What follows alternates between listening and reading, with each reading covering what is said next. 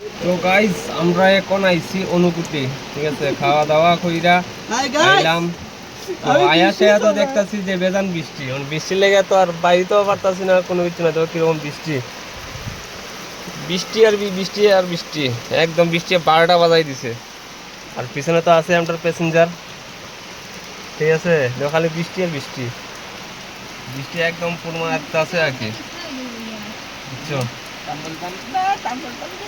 আইলাম কত সুন্দর কইরা যে না গিয়া সেরা যে দেখতে টাইমের ভিতরে যাইমু গিয়া আগে, এটা আর হইলো না।